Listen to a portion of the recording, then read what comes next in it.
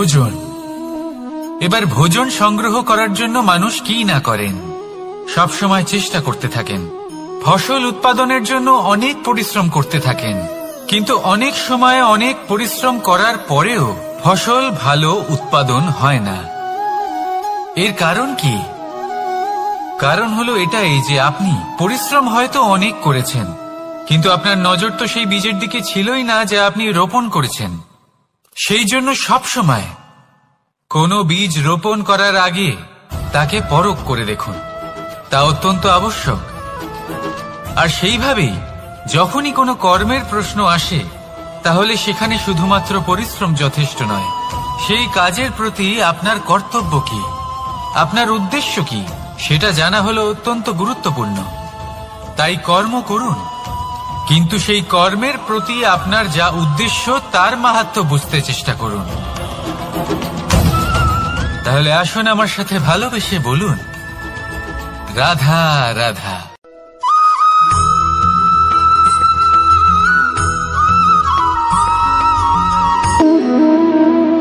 সম্পর্ক হলো আমাদের জীবনের একটি আধার। কিছু সম্পর্ক এমন যা আমরা জন্মসূত্রে লাভ করি, যেমন পরিবার, মা, বাবা। কিছু সম্পর্ক আছে যা আমরা জীবনে অর্জন করে থাকি, তা সে প্রেমের হোক, স্নেহের হোক বা বন্ধুত্বের। এই সকল সম্পর্ক লাভ করার বা গড়ে তোলার 5টি ধাপ রয়েছে। প্রথম ধাপ, কোনো ব্যক্তির সাথে আলাপ হওয়া, তার সাথে কথা বলা বা তাকে দেখা। দ্বিতীয় ধাপ, সে ব্যক্তিকে আমাদের ভালো লাগা। তৃতীয় ধাপ, আমাদের এটা চাইতে শুরু করা যে জীবনে এই ব্যক্তি যেন আমাদের বন্ধু হন, আমাদের জীবনে থাকেন, বা আমাদের কাউকে ভালোবেসে ফেলা আর এটা আমাদের ভাবা বা চাওয়া যে সেই ব্যক্তি যেন আজীবন আমার সাথে থাকেন, আমার জীবনে আমার সাথী হয়ে। চতুর্থ ধাপ, লাভ করা। এবার এই ধাপটি অনেক মানুষের পক্ষেই খুবই সরল হয়, বড়ই সরল ভাবে নিজেদের সঙ্গীকে লাভ করে থাকেন। কিছু মানুষের জন্য এই ধাপ অত্যন্ত কঠিন হয়ে থাকে। অনেক প্রতিকূল পরিস্থিতির উপর জয়লাভ করে তারা সঙ্গীকে লাভ করেন, কিন্তু লাভ অবশ্যই করেন।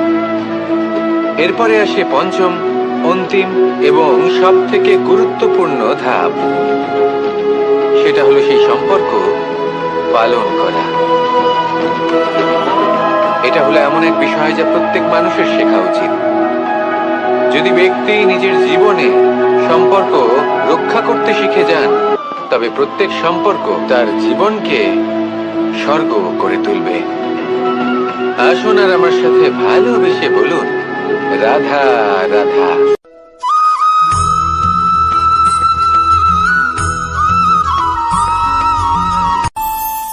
আমাদের মনে যখন কোনো প্রশ্ন ওঠে, কোনো দ্বন্দ্ব জাগে, তখন আমরা যাই আমাদের গুরুর কাছে, আমাদের আরাধ্যের কাছে গিয়ে জিজ্ঞেস করি। এইভাবেই একদিন আমি পৌঁছলাম আমার আরাধ্যের কাছে, আমার মহাদেবের কাছে, আর ওনাকে প্রশ্ন করলাম যে মহাদেব, জীবনে আনন্দ পাওয়ার, উৎসব পালনের, প্রেম ভাগ করে নেবার, জীবনকে উপভোগ করে নেওয়ার সর্বশ্রেষ্ঠ সময় কোনটা? মহাদেব হাসলেন আর উনি বললেন, জীবনে উৎসব পালনের সব থেকে শ্রেষ্ঠ দিন হল মৃত্যুর ঠিক আগের দিনটা। প্রেম ভাগ করে নেওয়ার সব থেকে শ্রেষ্ঠ মুহূর্ত হল মৃত্যুর ঠিক আগের মুহূর্ত। জীবনকে উপভোগ করে নেওয়ার সর্বশ্রেষ্ঠ প্রহর হল মৃত্যুর 1 প্রহর পূর্বে। তখন আমি চমকে গেলাম। আমি বললাম, কিন্তু মহাদেব, মৃত্যু তো অনিশ্চিত, আমরা জানিও না কবে আমাদের মৃত্যু হবে। মহাদেব আবার হাসলেন।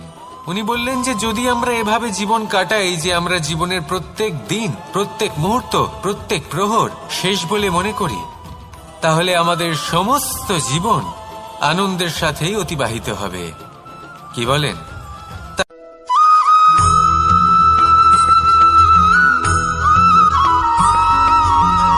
এই সংসারে কোনো বস্তু হোক বা ব্যক্তি হোক, তার একার গুরুত্ব কিন্তু খুব বেশি নয়। একটা উদাহরণ হিসেবে বৃষ্টির ফোঁটাকে ভেবে দেখুন। যদি একটি বৃষ্টির ফোঁটা হয় তাহলে তার খুব বেশি গুরুত্ব থাকে না, কিন্তু যখন সহস্র বৃষ্টির ফোঁটা মেঘের মধ্যে দিয়ে ঝরে পড়ে তখন সেটা বর্ষার রূপ ধারণ করে।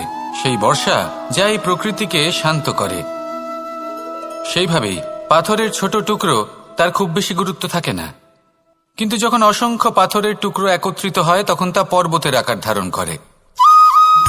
সেইভাবেই কিছু মানুষ যখন একত্রিত হন তখন তৈরি হয় পরিবার, কিছু পরিবার যখন একত্রিত হয় তখন তৈরি হয় সমাজ, যখন অনেক সংখ্যক সমাজ একত্রিত হয় তখন তৈরি হয় রাজ্য। এবার এই রাজ্যের সবথেকে গুরুত্বপূর্ণ ব্যক্তি হতে পারেন রাজা, কিন্তু তাও সেই রাজা একা কিছু করতে পারেন না। যুদ্ধ লড়ার সময় তারও নিজের সৈন্যদলকে প্রয়োজন পড়ে। কিন্তু এই সংসারে এমন একজন ব্যক্তি আছেন যিনি একাই সব কাজ করতে থাকেন, এবং সেই ব্যক্তি হলেন মা। আমাদের জীবনে একজন পিতার ভূমিকা কিন্তু নিঃসন্দেহে অমূল্য, কিন্তু আমাদের সকলের জীবনে যে ভূমিকা একজন মায়ের তা অন্য কারোর থাকে না। একজন মা একাই সন্তানকে বড় করতে পারেন, সংস্কারী করে তুলতে পারেন, তার জন্য পরিশ্রম করেন। আর এত কিছু কাজ করার পরেও তার কাজের জন্য তিনি প্রশংসা অবশ্য পান না।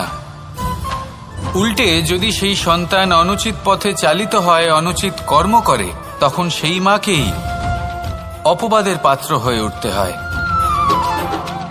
আমাদের জীবনে মায়ের যোগদান কতটা সেটা বুঝুন। আপনাকে বড় করে তোলার জন্য উনি কতটা পরিশ্রম করেছেন সেটা বুঝুন।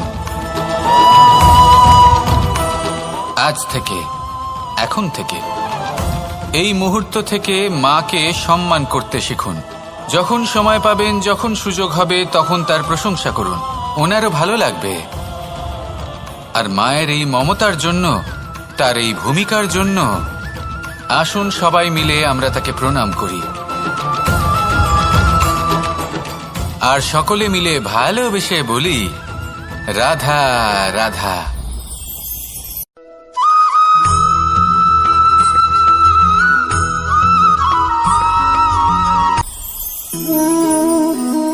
শক্তি এক অত্যন্ত বিচিত্র বস্তু, বা বলতে পারেন অনুভূতি। পিতা সবসময় চান যেন তিনি তার শক্তি পুত্রকে। আসুন আপনাকে সহজে বোঝাই।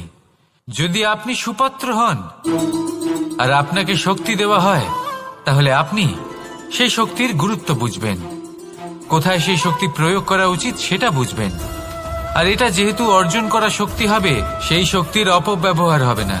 কিন্তু যদি এই আপনি কুপাত্র হন আর যদি আপনাকে এই শক্তি দেওয়া হয়, তাহলে কি হবে? দেখতে গেলে এই শক্তি আপনি দান হিসেবে পেয়েছেন, তাই না আপনি এই শক্তির গুরুত্ব বুঝবেন, আর না এর প্রয়োগ আপনি জানবেন। তার অপব্যবহার হওয়া সুনিশ্চিত। তাই যদি আপনি কোনো শক্তি অর্জন করতে চান, তাহলে আগে তার যোগ্য হয়ে উঠুন। পুত্র নয়, পাত্র হয়ে উঠুন। আর আমার সাথে ভালোবেসে বলুন রাধা রাধা।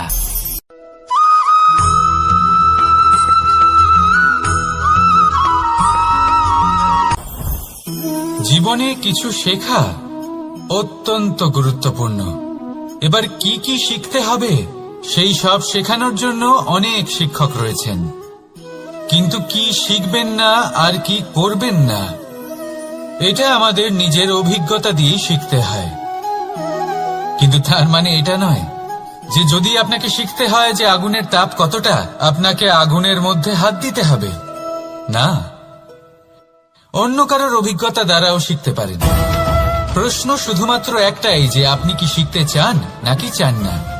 যদি আপনি এটাই ভাবেন যে আমি শুধুই নিজের অভিজ্ঞতা দ্বারাই শিখতে চাই, তাহলে জীবনকাল ছোট মনে হবে, অনেক কিছুই শিখতে পারবেন না। তাই নিজের সাথে সাথে বড়দের অভিজ্ঞতা দ্বারাও শেখা শুরু করে দিন। এই সংসারের অভিজ্ঞতা দ্বারা শিখতে শুরু করে দিন। আর এটা নিশ্চিত রূপে শেখা আবশ্যক যে কখন কি করবেন না, কোথায় থামতে হবে আর কোথায় থামবেন না। তাহলে আসুন আর আমার সাথে ভালোবেসে বলুন রাধা রাধা।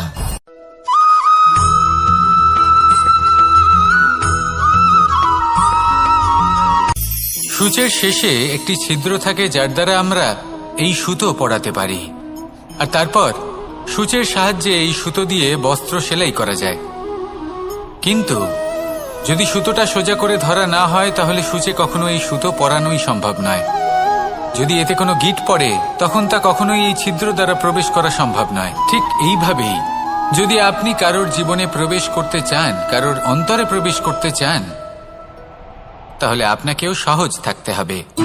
এতে কোনো গিঁট থাকলে চলবে না, অর্থাৎ মনে যাতে কোনো মালিন্য না থাকে, যেন কোনো কুচিন্তা না থাকে। যদি এসব থাকে তাহলে আপনি কখনো কারোর জীবনে প্রবেশ করতে পারবেন না। আর যদি কোনোভাবে আপনি প্রবেশ করেও যান তাহলে তার মনে ঘর করতে পারবেন না। নিজেকে এই সুতোর মতন করে তুলুন, সহজ। মনে যেন কোনো কুচিন্তা না থাকে, সবার প্রতি যেন সদ্ভাবনা থাকে, শুভ চিন্তা থাকে। এমনটা করতে থাকুন। এমন একটা দিন আসবে যেদিন এই সমস্ত সংসারের ব্যক্তির মনে আপনি বাস করবেন, আর তখন এই মন প্রসন্ন হয়ে বলবে, রাধা রাধা।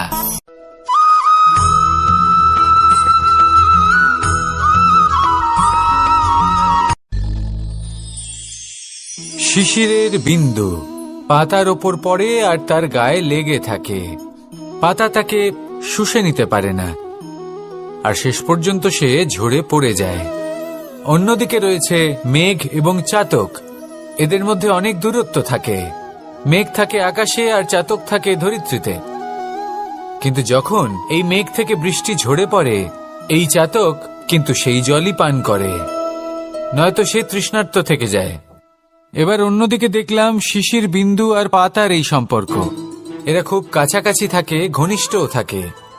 অন্যদিকে রয়েছে মেঘ এবং চাতকের সম্পর্ক, যাদের মধ্যে অনেক দূরত্ব থাকা সত্ত্বেও তারা খুব ঘনিষ্ঠ, তাই না? এই সারমর্ম খুব সরল। এই নৈকট্য, এই দূরত্ব, তা আপনার সম্পর্কে প্রভাব কিছুতেই ফেলতে পারে না। এই নৈকট্য, এই দূরত্ব, এইসব হলো শুধুমাত্র মনের ব্যাপার। কখনো আপনি অনুভব করেছেন আপনি কারোর থেকে অনেক অনেক দূরে আছেন, অনেক দূরে আছেন, তাও সেই ব্যক্তির প্রতি আপনি টান অনুভব করেন। সেখানে আপনি কারোর সাথে প্রত্যেক দিন অতিবাহিত করেন, সমস্ত জীবন অতিবাহিত করেন, সব থেকে বেশি সময় তার সাথে অতিবাহিত করেন, তাও তার প্রতি সেই টান অনুভব করেন না। এই সংকেত হলো মনের দূরত্বের। তাহলে মনের এই দূরত্ব দূর করুন আর আমার সাথে।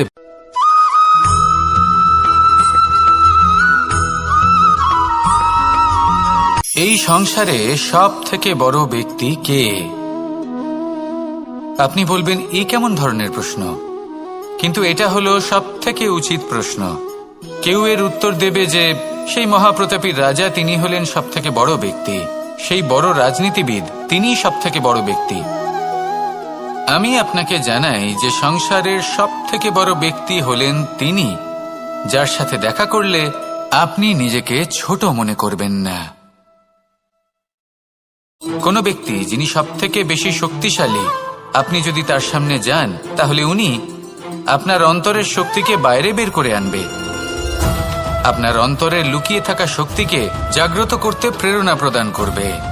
তিনি হলেন বড় ব্যক্তি, তিনি হলেন মহান ব্যক্তি। তিনি নন যিনি নিজের বল এবং ঐশ্বর্য দ্বারা আপনাকে তার সামনে ছোট প্রমাণ করবেন। এবং সেই জন্য মহাদেব আমার আরাধ্য হলেন আমার খুব প্রিয়। কারণ রাজা হোক বা ফকির, কেউ যদি ওনার সামনে যান তাহলে সে নিজেকে ছোট মনে করেন না। আপনিও যদি জীবনে অনেক বড় হতে চান তাহলে কাউকে কখনো নিজেকে ছোট মনে করতে দেবেন না। তার অন্তরে বড় হয়ে ওঠার প্রেরণা প্রদান করুন। আসুন আমার সাথে ভালোবেসে বলুন, রাধা রাধা।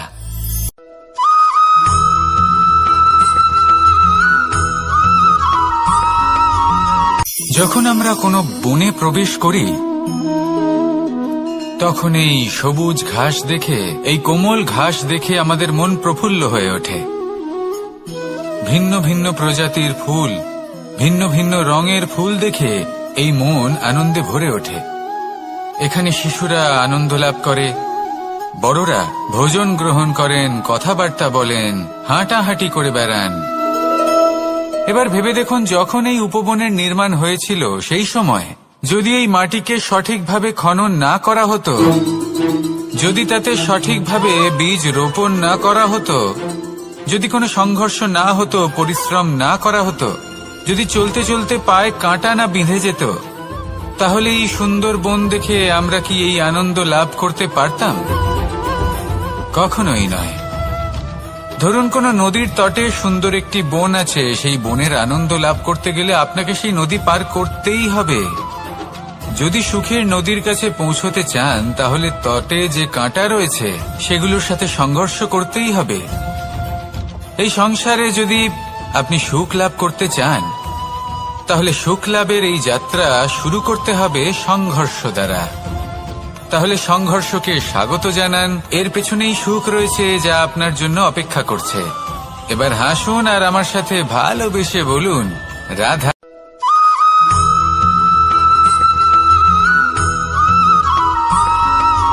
কথায় আছে, প্রত্যেক পুত্র তার পিতার প্রতিচ্ছবি হয়, আর সমস্ত প্রতিচ্ছবি চায় যেন সে তার অস্তিত্ব প্রাপ্ত করতে পারে। পুত্র চায় সে যেন তার পিতার মতো হয়, বা কখনো কখনো তার থেকেও শ্রেষ্ঠ হয়। সেটা কোনো অনুচিত ব্যাপার নয়। অনুচিত তখন হয় যখন পুত্র নিজের পিতার মতো হবার স্বপ্ন পূরণ করতে গিয়ে বা তার থেকেও শ্রেষ্ঠ হওয়ার স্বপ্ন পূরণে অনুচিত পথের আশ্রয় নেয়। কারণ তারপরে সে তার পিতার গুণগুলি আত্মসাৎ করতে চায় না। সে শুধুই এটা চায় যে সংসারের চোখে যেন আমি শ্রেষ্ঠ প্রমাণিত হই। এটা অনুচিত। সংসারে এমন অনেক মানুষ আছেন যারা এই কারণে শ্রেষ্ঠ হওয়ার চেষ্টা করেন যাতে তার পরিবারের তার পিতার সম্মান বৃদ্ধি পায়। এমনও মানুষ থাকেন, আর এটাই হলো পার্থক্য উদ্দেশ্যের। মনে রাখবেন, যদি আপনার উদ্দেশ্য শুভ হয় তাহলে পথও শুভ হবে, যদি আপনার উদ্দেশ্য অশুভ হয় তাহলে পথও অশুভ হবে। তাহলে নিজের পিতার মতো হবার চেষ্টা অবশ্যই করুন, তার থেকেও শ্রেষ্ঠ হওয়ার চেষ্টা অবশ্যই করুন, কিন্তু মনে রাখবেন আপনার সংকল্প আর আপনার উদ্দেশ্য এই দুই শুভ হওয়া উচিত। তাহলে আসুন আর আমার সাথে ভালোবেসে বলুন, রাধা রাধা।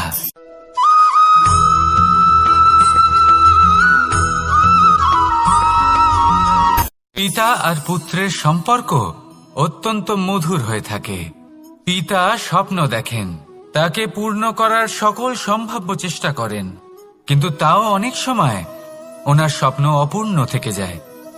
তখন পিতা ভাবেন যে স্বপ্ন উনি পূর্ণ করতে পারেননি, ওনার সন্তান তা অবশ্যই পূরণ করবে। যে স্থানে উনি কখনো পৌঁছতে পারেননি, সেই স্থানে ওনার পুত্র অবশ্যই পৌঁছবে। পিতা নিজের সন্তানের ভবিষ্যৎ নিয়ে সেই স্বপ্ন দেখেন, আর যখন সেই সন্তান সামনে এগোতে থাকে তখন তার দুঃখ হয় না, বরং গর্ব হয়। ওনার ভালো লাগে এটা দেখে যে ওনার সন্তান অনেক উন্নতি করছে। কিন্তু যখন সন্তান নিজের অভিভাবকের শক্তি দেখে, তার যশ দেখে হিংসা করতে থাকে, সমস্যা সেইখানেই শুরু হয়। সেই জন্য সকল সন্তানকে এটা মনে রাখতে হবে, দেখুন, পুত্র হবার সুবাদে, এক সন্তান হবার সুবাদে এটা হলো আপনার অধিকার যে আপনি আপনার পিতার থেকে বেশি উন্নতি করবেন। আপনার পিতাও এটাই চান, কিন্তু সুস্থভাবে এটা করুন। একটা রেখা টেনে নিন যাতে আপনি তাতে এগোতে পারেন আর আপনার পিতার তাতে গর্ববোধ হয়, আর সেই বিষয়ে দুঃখ না হয় যে আমার সন্তান আমাকেই ছোট করার চেষ্টা করছে। ইতিহাস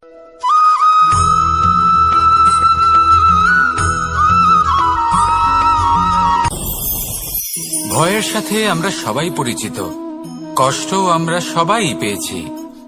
কখনো কখনো আমরা অসুস্থ হয়ে পড়ি, আর এমন সময় হলে মাতার মমতা, কখনো বাবার স্নেহ, কখনো বন্ধুদের পাশে থাকার অনুভূতি আমাদের রোগ নিরাময়ে সাহায্য করে। কখনো যদি আমরা নিরাশ হয়ে পড়ি, তখন যদি আমাদের কোনো আপনজন আমাদের দুটো ভালো কথা বলে, তখন আমাদের মনোবল বেড়ে যায়। ঠিক তেমন সংসারের এই রঙ্গমঞ্চে যদি আপনি পীড়িত অনুভব করেন, কিছু শুভ কথা আলোচনা করুন, কিছু স্তুতি গান করুন, কিছু মুহূর্তের জন্য হলেও নিজের ইষ্টদেবের কথা স্মরণ করুন আর প্রার্থনা করুন। সাহস বাড়বে, শক্তিও বৃদ্ধি পাবে এবং সামনে এগিয়ে চলার পথও দেখতে পাবেন। তখন এই মন প্রসন্ন হয়ে বলবে, রাধা রাধা।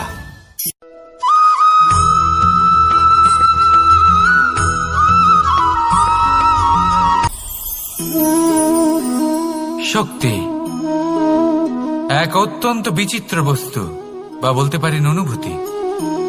পিতা সবসময় চান যেন তিনি তার শক্তি পুত্রকে। আসুন আপনাকে সহজে বোঝাই। যদি আপনি সুপাত্র হন আর আপনাকে শক্তি দেওয়া হয়, তাহলে আপনি সেই শক্তির গুরুত্ব বুঝবেন, কোথায় সেই শক্তি প্রয়োগ করা উচিত সেটা বুঝবেন। আর এটা যেহেতু অর্জন করা শক্তি হবে, সেই শক্তির অপব্যবহার হবে না। কিন্তু যদি এই আপনি কুপাত্র হন আর যদি আপনাকে এই শক্তি দেওয়া হয়, তাহলে কি হবে? দেখতে গেলে এই শক্তি আপনি দান হিসেবে পেয়েছেন, তাই না আপনি এই শক্তির গুরুত্ব বুঝবেন আর না এর প্রয়োগ আপনি জানবেন। তার অপব্যবহার হওয়া সুনিশ্চিত। তাই যদি আপনি কোনো শক্তি অর্জন করতে চান, তাহলে আগে তার যোগ্য হয়ে উঠুন। পুত্র নয়, পাত্র হয়ে উঠুন। আর আমার সাথে ভালোবেসে বলুন, রাধা রাধা।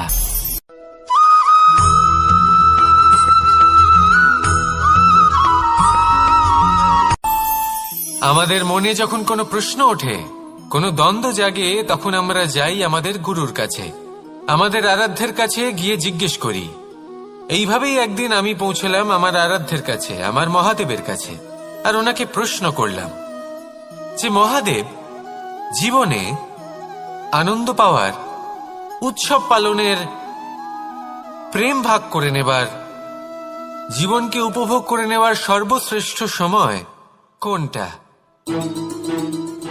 মহাদেব হাসলেন আর উনি বললেন, জীবনে উৎসব পালনের সবথেকে শ্রেষ্ঠ দিন হল মৃত্যুর ঠিক আগের দিনটা। প্রেম ভাগ করে নেওয়ার সবথেকে শ্রেষ্ঠ মুহূর্ত হল মৃত্যুর ঠিক আগের মুহূর্ত। জীবনকে উপভোগ করে নেওয়ার সর্বশ্রেষ্ঠ প্রহর হল মৃত্যুর এক প্রহর পূর্বে। তখন আমি চমকে গেলাম। আমি বললাম, কিন্তু মহাদেব, মৃত্যু তো অনিশ্চিত, আমরা জানিও না কবে আমাদের মৃত্যু হবে। মহাদেব আবার হাসলেন।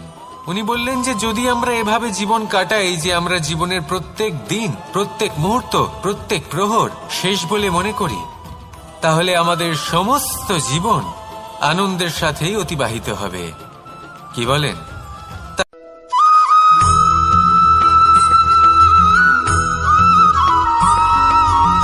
এই সংসারের সবথেকে গুরুত্বপূর্ণ তত্ত্ব কোনটা? প্রথম হলো সময়। জন্ম থেকে মৃত্যু পর্যন্ত এই যে সময়, এটাই তো হলো জীবন।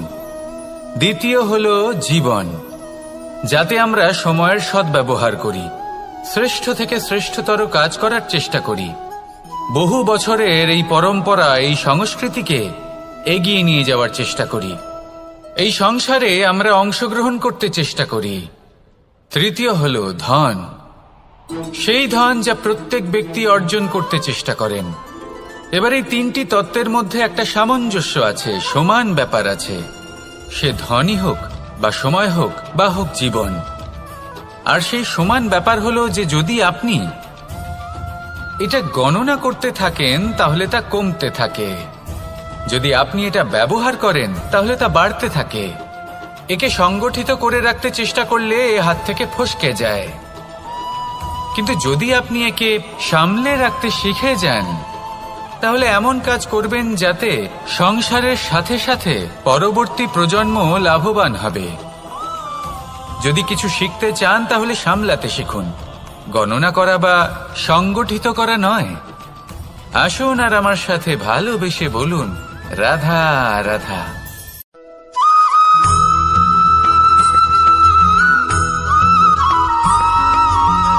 যখন আমরা কোনো বনে প্রবেশ করি, তখন এই সবুজ ঘাস দেখে, এই কোমল ঘাস দেখে আমাদের মন প্রফুল্ল হয়ে ওঠে। ভিন্ন ভিন্ন প্রজাতির ফুল, ভিন্ন ভিন্ন রঙের ফুল দেখে এই মন আনন্দে ভরে ওঠে। এখানে শিশুরা আনন্দ লাভ করে, বড়রা ভোজন গ্রহণ করেন, কথাবার্তা বলেন, হাঁটাহাঁটি করে বেড়ান।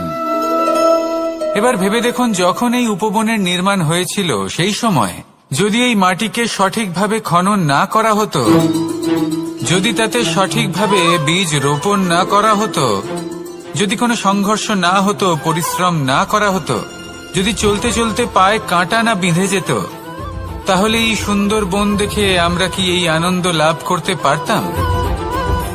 কখনোই নয়।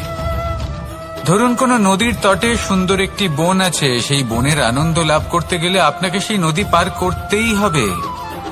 যদি সুখের নদীর কাছে পৌঁছতে চান, তাহলে তটে যে কাঁটা রয়েছে সেগুলোর সাথে সংঘর্ষ করতেই হবে। এই সংসারে যদি আপনি সুখ লাভ করতে চান, তাহলে সুখ লাভের এই যাত্রা শুরু করতে হবে সংঘর্ষ দ্বারা। তাহলে সংঘর্ষকে স্বাগত জানান, এর পেছনেই সুখ রয়েছে যা আপনার জন্য অপেক্ষা করছে। এবার হাসুন আর আমার সাথে ভালোবেসে বলুন, রাধা।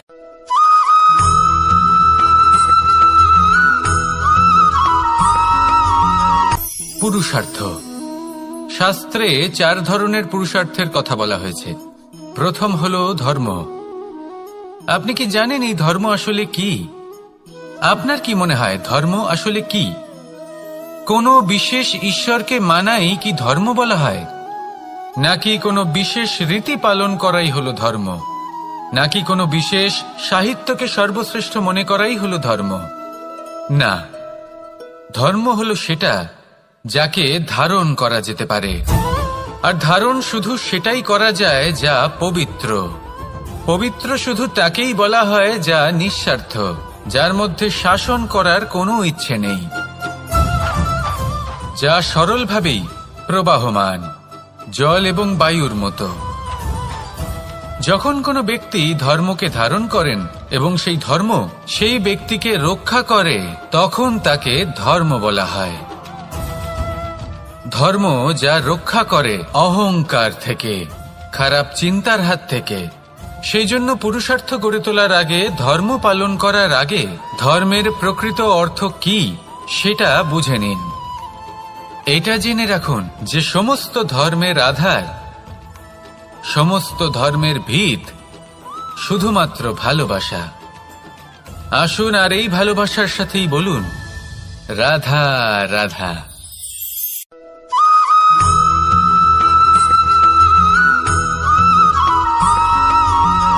মানুষের মানসিকতা এমন হয় যে সে যতটা করে আশা করে যে তার থেকে অনেক বেশি তার বদলে সে পাবে। দেখুন, সবকিছুই আপনার ভাবনা চিন্তার উপর নির্ভর করছে। আপনি যদি ফলের বিষয়ে ভেবে কর্ম করতে থাকেন, তাহলে সেটা অনুচিত।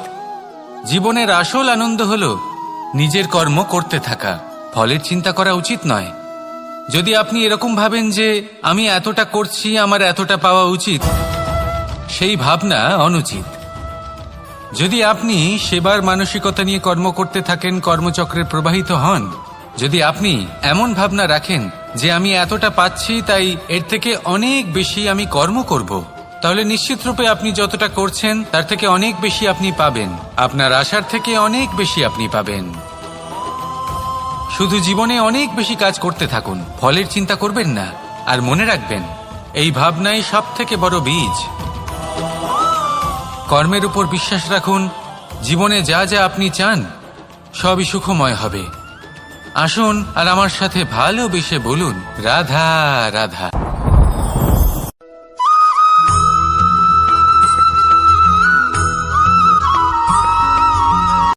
সংসারে আমাদের জীবনে যখন কোনো সুখ বা দুঃখ আসে, তার জন্য আমরা কাউকে না কাউকে অবশ্যই দায়ী করে থাকি, তাই না?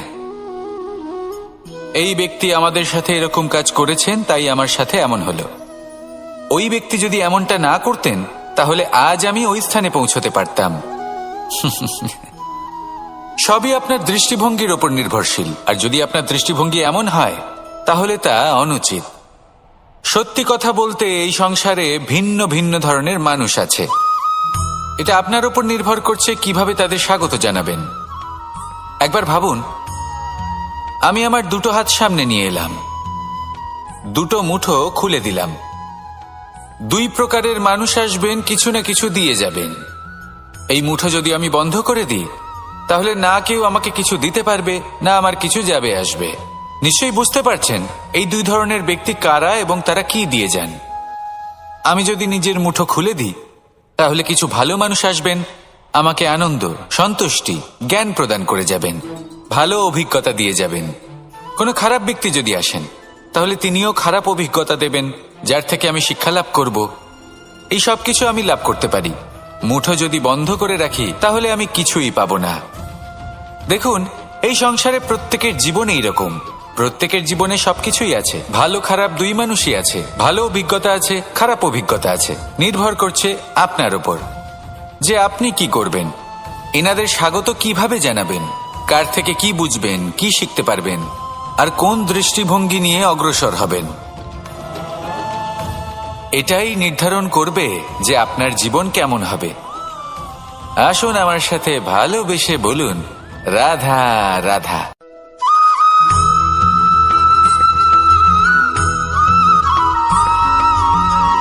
কেউ বলে জীবন খুব ক্ষণস্থায়ী, কেউ বলে জীবন হলো একটা সুন্দর স্বপ্নের মতো, আবার কেউ বলবে জীবন হলো এক কঠোর সত্য। কিন্তু জীবন আসলে কি? জীবন হলো আপনারই প্রতিবিম্ব, একটা দর্পণ। অর্থাৎ আপনি জীবনকে সেইভাবেই পাবেন যেরকম আপনি নিজেকে প্রতিপন্ন করবেন। যদি আপনি দর্পণের দিকে তাকিয়ে হাসেন, তাহলে আপনি সামনে হাসি মুখী দেখতে পাবেন। এবার যদি আপনি গম্ভীর হয়ে থাকেন, তাহলে আপনি একজন রুষ্ট ব্যক্তি দেখতে পাবেন। শেষে সবথেকে বেশি গুরুত্বপূর্ণ হলো আপনার চেষ্টা। আপনাকে সবসময় চেষ্টা করতে হবে যাতে আপনি নিজেকে প্রসন্ন এবং ইতিবাচক মনোভাবে রাখেন। এটা হলো আপনারই উত্তরদায়িত্ব, তাকে পালন করুন। এই মনকে প্রসন্ন রাখুন, এই সংসারকে সুন্দর বলে মনে হবে। আর এই মন প্রসন্ন হয়ে বলবে, রাধা রাধা।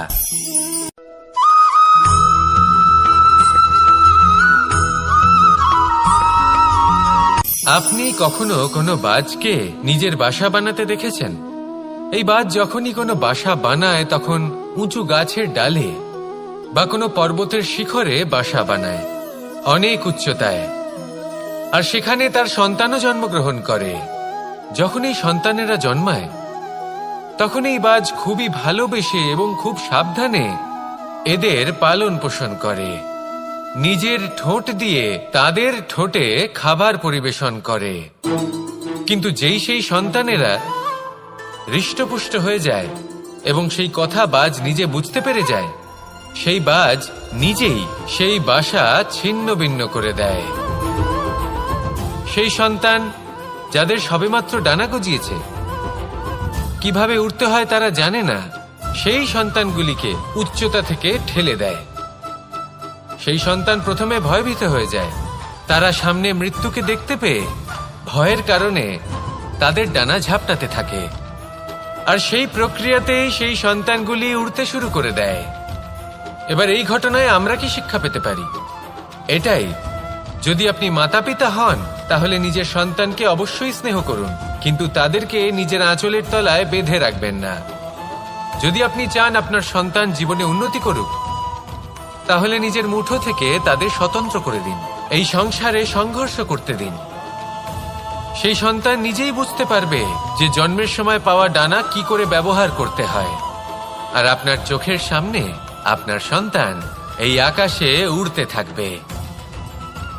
তাহলে আসুন আমার সাথে ভালোবেসে বলুন, রাধা রাধা।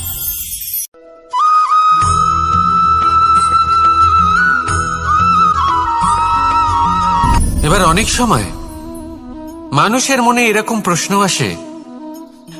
আসে যে এই সংসারে সবথেকে বড় বিপদ কি? কেউ বলে ধর্ম সংকট, আবার কেউ বলে প্রাণের উপর আসা সংকট। প্রত্যেক মানুষের জীবনে বিভিন্ন সংকট আসে, আর এই সমস্ত সংকট অত্যন্ত বিচিত্র হতে পারে। এই সমস্ত সংসার হলো সংকট দ্বারা পরিপূর্ণ। ঠিক আছে, আপনাকে একটা উদাহরণ দিই। একজন ধনী ব্যক্তি, এবার ওনার জীবনে সংকট কি হতে পারে?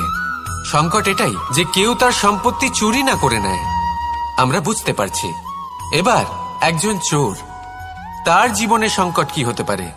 যে চুরি করার সময় সে যদি তার একটা কাশি চাপতে না পারে, তাহলে সে ধরা পড়ে যেতে পারে, ঠিক কিনা?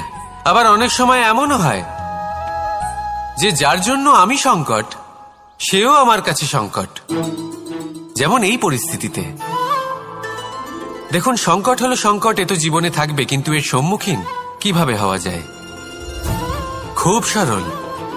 সব এটার ওপর নির্ভর করে, মনের ওপর। এই মনকে নিয়ন্ত্রণ করলে সব ঠিক থাকবে। এবার যদি ধনী ব্যক্তি মনকে নিয়ন্ত্রণ করে ফেলেন, নিজের অর্থের ব্যবহার শুভ কাজের জন্য, সমাজের সেবার জন্য বিকাশ করতে করেন, ওই অর্থকে একত্রিত করে না রাখেন, তাহলে চুরির সমস্যা, এই সংকট সেখানেই কেটে যাবে। এবার যদি কথা বলি সেই চোরের, তাহলে চোর যদি নিজের মনকে সংযত করে নেয়, যদি নিজের কর্মকে নিয়ন্ত্রণ করতে পারে, তাহলে এমন কোনো স্বর নেই, এমন কোনো স্বর নেই যা ওকে ধরা পড়তে বাধ্য করবে। সেই জন্য জীবনে সংকট যতই আসুক, যত বড়ই সংকট আসুক না কেন, কবচ হলো একটাই, আর এই কবচের নাম হলো আত্মনিয়ন্ত্রণ। নিজের মনকে নিয়ন্ত্রণে রাখতে শিখুন। এটা নিজের জীবনে প্রয়োগ করে তো দেখুন। যদি আপনি করতে পারেন, তবে আপনি দেখবেন যে সংকট তো জীবনে আসা যাওয়া করে, কিন্তু সেই সংকটগুলির সম্মুখীন আপনি এইভাবে করতে পারবেন। তাহলে সেটাই করুন, আর আমার সাথে ভালোবেসে বলুন, রাধা রাধা।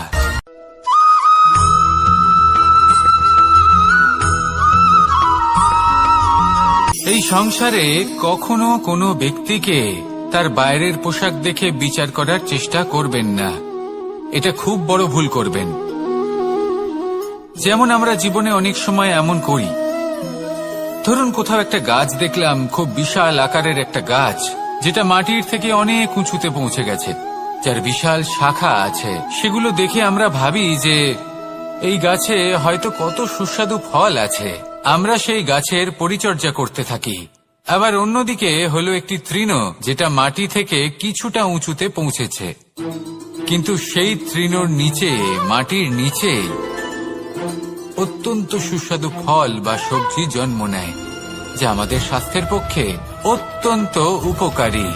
সেই জন্য কখনো আবরণ দেখে কাউকে বিচার করতে চেষ্টা করবেন না। তার বদলে এটা বোঝার চেষ্টা করুন যে আপনার সামনে যে ব্যক্তি আছে বা বস্তু আছে, তার বিশেষত্ব কি। যদি এই বিশেষত্ব বোঝার ক্ষমতা আপনি অর্জন করেন, যদি এই শিল্প আপনি নিজের ভেতরে জাগ্রত করেন, তাহলে এই সংসারে বিশেষত্ব কি সেটা আপনি জানতে পারবেন। আর এই সমস্ত খেলা দৃষ্টি থেকে নয়, দৃষ্টিভঙ্গি থেকে জন্ম নেয়। দৃষ্টিভঙ্গি সবসময় শুভ রাখুন, আর আমার সাথে ভালোবেসে বলুন, রাধা রাধা।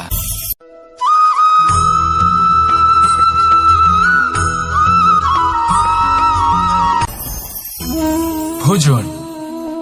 এবার ভোজন সংগ্রহ করার জন্য মানুষ কি না করেন, সবসময় চেষ্টা করতে থাকেন। ফসল উৎপাদনের জন্য অনেক পরিশ্রম করতে থাকেন, কিন্তু অনেক সময় অনেক পরিশ্রম করার পরেও ফসল ভালো উৎপাদন হয় না। এর কারণ কি? কারণ হলো এটাই যে আপনি পরিশ্রম হয়তো অনেক করেছেন, কিন্তু আপনার নজর তো সেই বীজের দিকে ছিলই না যা আপনি রোপণ করেছেন। সেই জন্য সবসময় কোনো বীজ রোপণ করার আগে তাকে পরখ করে দেখুন, তা অত্যন্ত আবশ্যক। আর সেইভাবেই যখনই কোনো কর্মের প্রশ্ন আসে, তাহলে সেখানে শুধুমাত্র পরিশ্রম যথেষ্ট নয়। সেই কাজের প্রতি আপনার কর্তব্য কি, আপনার উদ্দেশ্য কি, সেটা জানা হলো অত্যন্ত গুরুত্বপূর্ণ। তাই কর্ম করুন, কিন্তু সেই কর্মের প্রতি আপনার যা উদ্দেশ্য তার মাহাত্ম্য বুঝতে চেষ্টা করুন। তাহলে আসুন আমার সাথে ভালোবেসে বলুন, রাধা রাধা।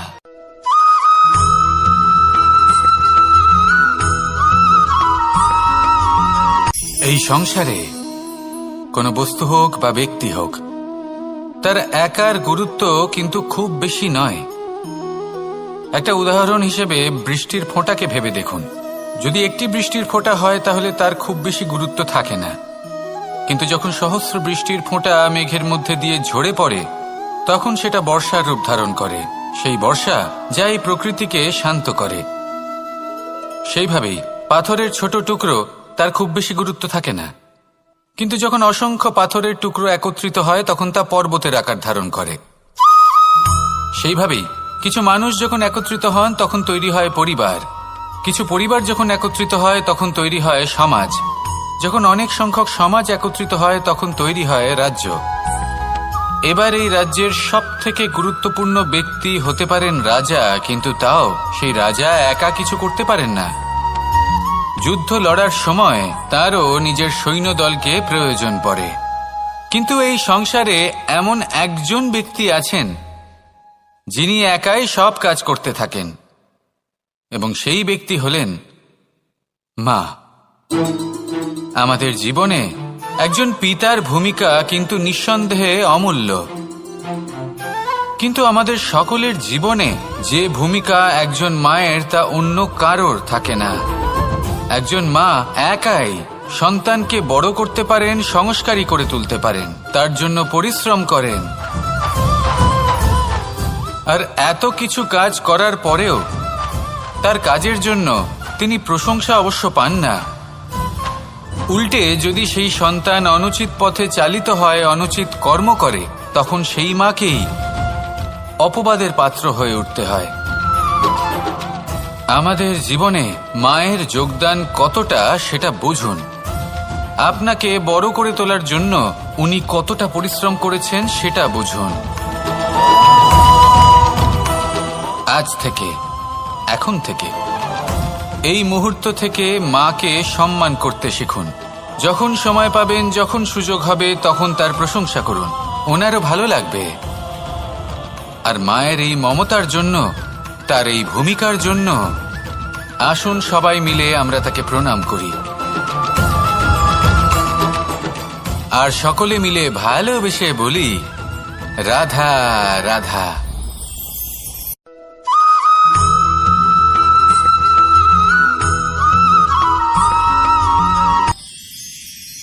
মানুষ তার জীবনে দুই ধরনের পরিস্থিতিকে খুব ভয় পায়।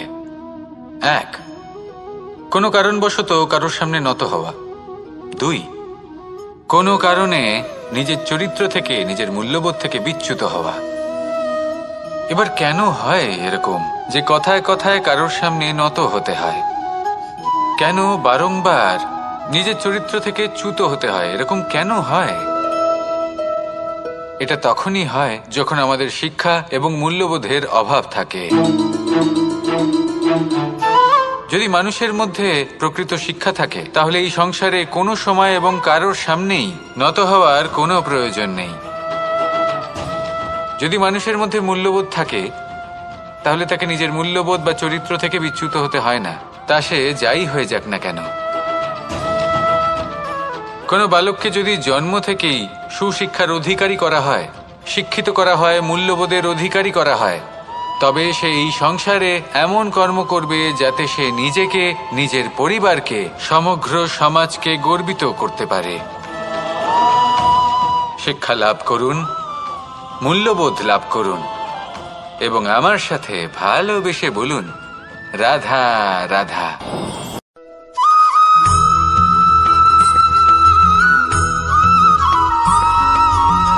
এই সংসারে প্রত্যেক মানুষ এটাই চান যে তিনি যেন ধনবান হন, আর্থিক অবস্থা তার ভালো থাকে, ওনার বাড়িতে লক্ষ্মীর আগমন হয়। কিন্তু সেটা হবে কি করে, সেটাই হলো প্রশ্ন। কেউ বলেন যে যদি পরিশ্রম করো তাহলে ধন অর্জন সম্ভব, কেউ বলেন যে যদি বিদ্যা লাভ হয় তবেই ধন অর্জন সম্ভব, কেউ বলেন যে যদি বলশালী হও তবেই সম্পন্ন থাকবে। ভালো কথা, যদি তাই হয়ে থাকে তবে দিনমজুর সারা দিন পরিশ্রম করেন, তিনি কেন ধনী হন না? অনেকজন বিদ্বান মানুষ আছেন এই সংসারে, তারা কেন ধনবান হন না? অনেক সংখ্যক বলশালী ব্যক্তি আছেন, তাদের কাছে ধন নেই কেন? তাদের কেন ধনের অভাব হয়? আবার এমনও কিছু মানুষ আছেন যারা পরিশ্রম করেন, তারা দিনমজুর, কিন্তু তারা ধন অর্জন করতে পারেন। কিছু বিদ্বান ব্যক্তি আছেন যাদের কাছে অধিক মাত্রায় ধন রয়েছে। কয়েকজন বলশালী ব্যক্তি রয়েছেন যাদের কাছে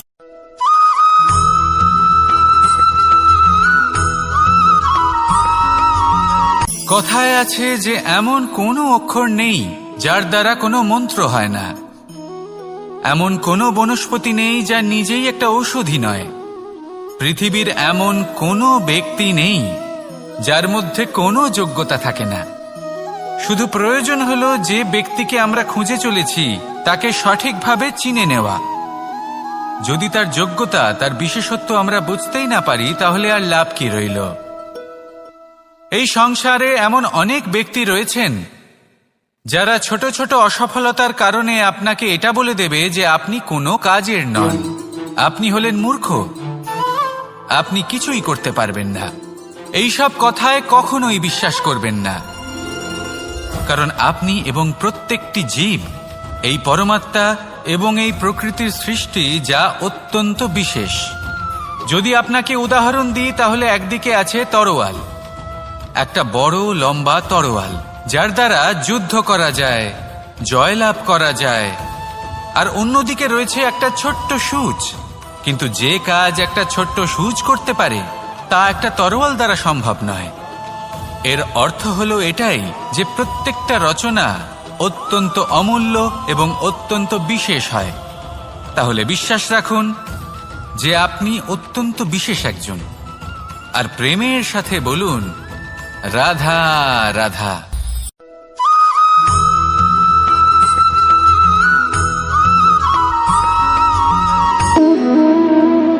সম্পর্ক হলো আমাদের জীবনের একটি আধার।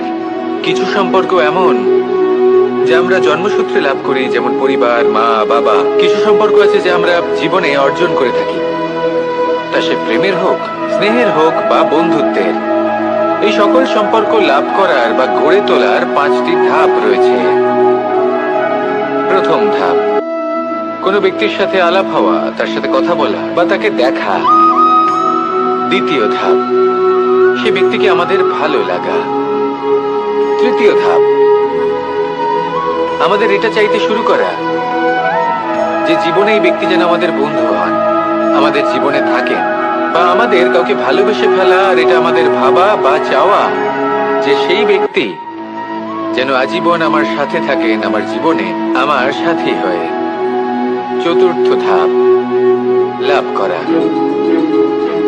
এবার এই ধাপটি অনেক মানুষের পক্ষেই খুবই সরল হয়, বড়ই সরলভাবে নিজেদের সঙ্গীকে লাভ করে থাকেন। কিছু মানুষের জন্য এই ধাপ অত্যন্ত কঠিন হয়ে থাকে।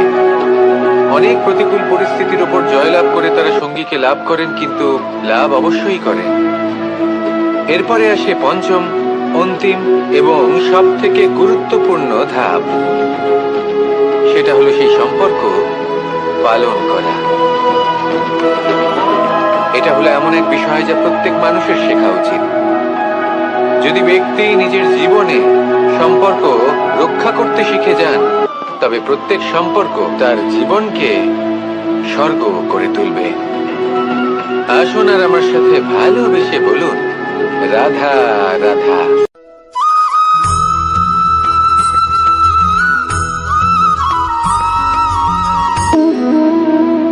সম্পর্ক হলো আমাদের জীবনের একটি আধার। কিছু সম্পর্ক এমন যা আমরা জন্মসূত্রে লাভ করি, যেমন পরিবার, মা, বাবা। কিছু সম্পর্ক আছে যা আমরা জীবনে অর্জন করে থাকি, তা সে প্রেমের হোক, স্নেহের হোক বা বন্ধুত্বের। এই সকল সম্পর্ক লাভ করার বা গড়ে তোলার 5টি ধাপ রয়েছে। প্রথম ধাপ, কোনো ব্যক্তির সাথে আলাপ হওয়া, তার সাথে কথা বলা বা তাকে দেখা। দ্বিতীয় ধাপ, সে ব্যক্তিকে আমাদের ভালো লাগা। তৃতীয় ধাপ,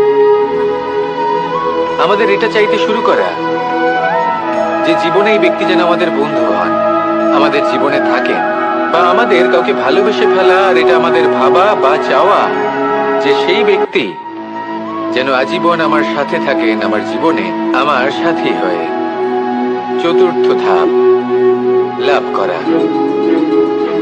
এবার এই ধাপটি অনেক মানুষের পক্ষেই খুবই সরল হয়, বড়ই সরলভাবে নিজেদের সঙ্গীকে লাভ করে থাকেন। কিছু মানুষের জন্য এই ধাপ অত্যন্ত কঠিন হয়ে থাকে। অনেক প্রতিকূল পরিস্থিতির উপর জয়লাভ করে তারা সঙ্গীকে লাভ করেন, কিন্তু লাভ অবশ্যই করেন। এরপরে আসে পঞ্চম, অন্তিম এবং সব থেকে গুরুত্বপূর্ণ ধাপ। সেটা হলো সেই সম্পর্ক পালন করা। এটা হলো এমন এক বিষয় যা প্রত্যেক মানুষের শেখা উচিত। যদি ব্যক্তি নিজের জীবনে সম্পর্ক রক্ষা করতে শিখে যান, তবে প্রত্যেক সম্পর্ক তার জীবনকে স্বর্গ করে তুলবে। আসুন আর আমার সাথে ভালোবেসে বলুন, রাধা রাধা।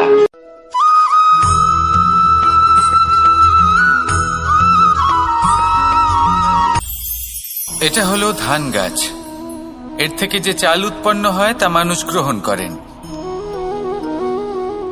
আর এটা কি? এ হলো জংলি ঘাস। একবার ভেবে দেখুন, যদি এই জংলি ঘাস ধান গাছের আশেপাশে থাকে তাহলে কি হবে? ধান উৎপন্ন হতে পারবে? তা উৎকৃষ্ট হতে পারবে? আমরা কি তা গ্রহণ করতে পারবো? কখনোই নয়। এই জংলি ঘাস ধানকে নষ্ট করে দেবে, কিন্তু নিজে জীবিত থাকবে। এটাই হলো আজকের শিক্ষা। এই সংসারে যদি আপনি নীতির পথে চলতে চান, উচিত কর্ম করতে চান, সংসারকে সেবা করতে চান, তাহলে জংলি ঘাসের মতো ব্যক্তিদের থেকে সবসময় দূরে থাকতে হবে। সেই ব্যক্তি যারা দুর্নীতি এবং মিথ্যা দ্বারা পরিপূর্ণ, যাদের ব্যবহার অশুভ, যাদের অনেক অশুভ গুণ রয়েছে, তারা সঠিক নয়। সেই সকল ব্যক্তি যাদের চরিত্র অত্যন্ত দুষ্ট হয়, তারা হয় শুভ চরিত্রের ব্যক্তিকে একদম নষ্ট করে দেয়, নয় নিজের মতো বানিয়ে তোলে। তাই যদি আপনি নীতির পথে চলতে চান, এই সংসারের জন্য শুভ কর্ম করতে চান, তাহলে সেই সঙ্গ লাভ করুন যে সঙ্গ জ্ঞানে পরিপূর্ণ, যাদের মধ্যে অনেক গুণ আছে, যাদের থেকে প্রতিদিন কিছু শিখতে পারবেন। এমন ব্যক্তির সাথে জীবন অতিবাহিত করুন। দুরাচারীদের থেকে দূরে থাকুন। তবেই এই মন প্রসন্ন হয়ে বলবে, রাধা রাধা।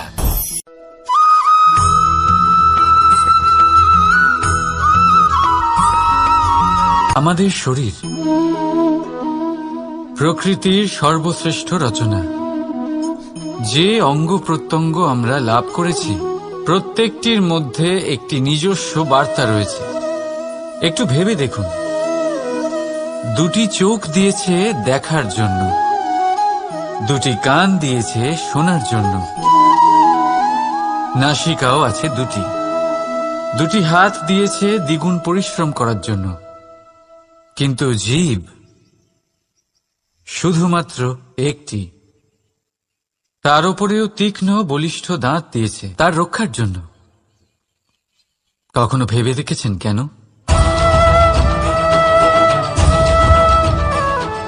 কারণ শব্দ আর শব্দের প্রয়োগ মানুষের সবচেয়ে বড় অস্ত্র, যার প্রয়োগ যত ভেবে চিন্তে করা যায়, মানুষ তার জীবনে ততটাই উপরে উঠতে পারে। তাহলে মনে রাখুন, দেখুন, শুনুন আর বুঝুন বেশি, বলুন কম। রাধা রাধা।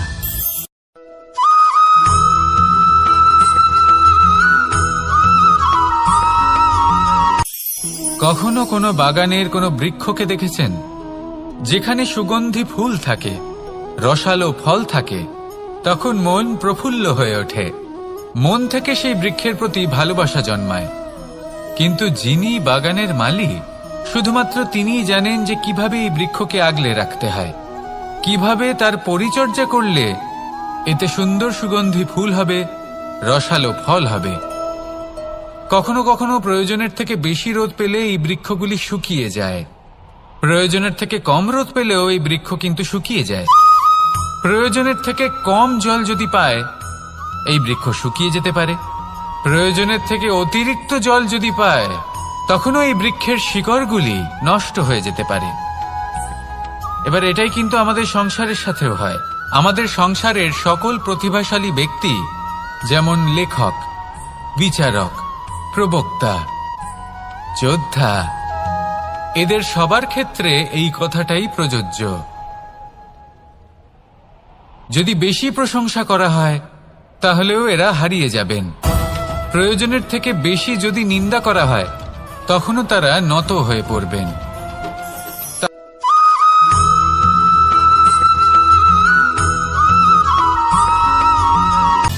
সময়, জীবন, কাল।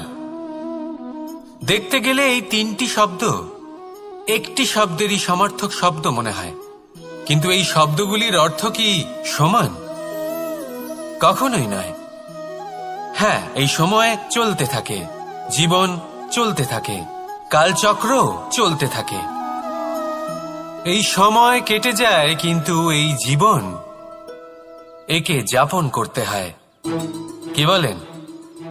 এই জীবনে কিছু করুন বা কিছু না করুন, জীবন এমনি কেটে যাবে, আপনি জানতেও পারবেন না। কিন্তু সেটা আমাদের উদ্দেশ্য নয়, একে যাপন করতে হবে। এই জীবনে প্রেরণা পেতে শিখুন, প্রেরণা দিতে শিখুন, আহ্বান গ্রহণ করতে শিখুন, আহ্বান জানাতে শিখুন, মহান কাজ করতে শিখুন, ধন্যাত্মক বোধ জাগিয়ে তুলুন। জীবন অতিবাহিত করার অর্থ কি তা আপনি শিখে যাবেন। কারণ সময় কেটে যায়, সমস্ত যুগ কেটে যায়, কিন্তু জীবনের রীতি জীবন কাটিয়ে দেওয়া নয়, জীবন যাপন করা। এই জীবন সম্পূর্ণরূপে অনুভব করতে হবে, নতুন পথ বানাতে হবে। এবারে যদি এই জীবন বাঁচার সময় একবার ভেবে দেখুন, যদি মনে প্রেম থাকে, সদ্ভাবনা থাকে, তাহলে কি হবে?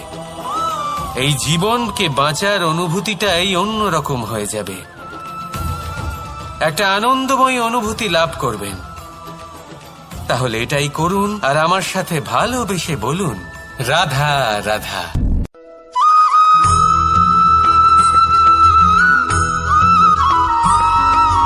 জীবনে যখন কোনো ব্যক্তি নিজের লক্ষ্য প্রাপ্তির জন্য নিরন্তর পরিশ্রম করতে থাকেন, চেষ্টা করতে থাকেন, তখন তিনি কষ্ট অনুভব করেন, কখনো শারীরিক কষ্ট, কখনো মানসিক কষ্ট। এবার উনি এটা ভাবতে থাকেন যে আমি কি উচিত করছি নাকি অনুচিত করছি। কারণ অন্যদিকে এমন একজন ব্যক্তিও আছেন যিনি একদমই পরিশ্রম চেষ্টা করছেন না। তিনি মদিরা পান করেন, বিলাসিতায় জীবন কাটান, অলস প্রকৃতির হয়ে ওঠেন, নিদ্রাতে বিলীন হয়ে থাকেন আর ভাবেন যে তিনি সুখ লাভ করছেন। কিন্তু এরকম কেন হয়? কারণ যখন আমরা সৎ পথে থাকি, উচিত পথে চলি, লক্ষ্য প্রাপ্ত করার জন্য চেষ্টা করতে থাকি, তখন আমাদের ভেতরে থাকা নেতিবাচক শক্তি এবং পাপ এই দেহকে ত্যাগ করে দেয়। আর এই অনুভূতিটাই আমাদের দুঃখের অনুভূতি দেয়, কষ্ট দেয়। এবার সেখানে যদি আমরা কুপথে চলি, অনুচিত পথে চলতে থাকি, তাহলে আমাদের ভেতরে থাকা পুণ্য এবং ধন্যাত্মক শক্তি আমাদের দেহ ত্যাগ করে দেয়। আর এই অনুভূতির কারণেই আমরা সুখ অনুভব করি। কিন্তু কখনো ভাববেন যে এই সুখ বেশি সময় পর্যন্ত থাকে না। সেই জন্য সবসময় মনে রাখবেন, যদি আপনি জানেন যে এটাই আপনার লক্ষ্য, এটাই উচিত পথ, শুভ পথ, তাতে নিরন্তরভাবে এগিয়ে যেতে চেষ্টা করতে থাকুন। এই কষ্ট আপনাকে সুখের পরাকাষ্ঠায় কখন পৌঁছে দেবে তা আপনি জানতেই পারবেন না। আসুন আমার সাথে ভালোবেসে বলুন, রাধা রাধা।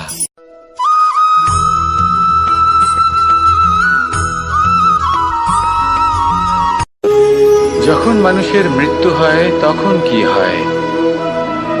অনেক সংখ্যক মানুষ শোক পালন করতে চলে আসেন।